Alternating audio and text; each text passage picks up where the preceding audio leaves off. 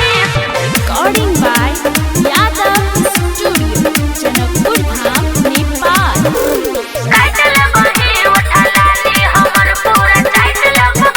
Singing by Bablu Yadav. सुनै नगर की हमार गे अब न होइया सबर गे मिलैला हमरा से याना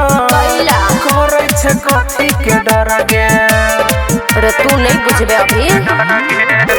सुनै नगर की हमार गे अब न होइया सबर गे मिलैला हमरा से याना करे छे कथी के डर गे पकड़ के हमारा रछौरा तू करे जा में सटल बही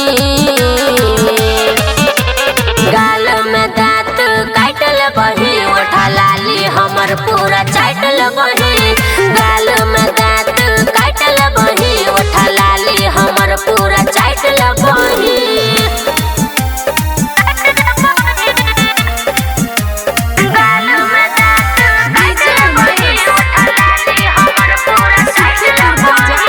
तोहर पातर कमर छल छकास गे हमरा देखी के नहीं होइया बर्दाश्त गे हम बन मिलला तोरा सा तू क देबे नाइटी के नासर रे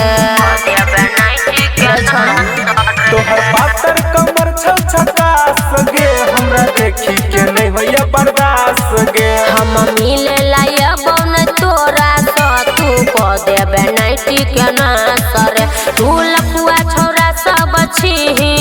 कनी कनी के बाटल बेरे गाल में दांत काटल बेरे उठा लाली हमर पूरा चाटल बेरे गाल में दांत काटल बेरे उठा लाली हमर पूरा चाटल बेरे Yadav Studio, Janakpur Dham, Nepal. गाल में दांत काटल बेरे उठा लाली हमर पूरा चाटल बेरे कहो राइटर भोलू पुजान गे तोरा मिल के करम मन गे हमरा लागैया डर बात बुझै नै छे छोरा छी तू केहन लभर रे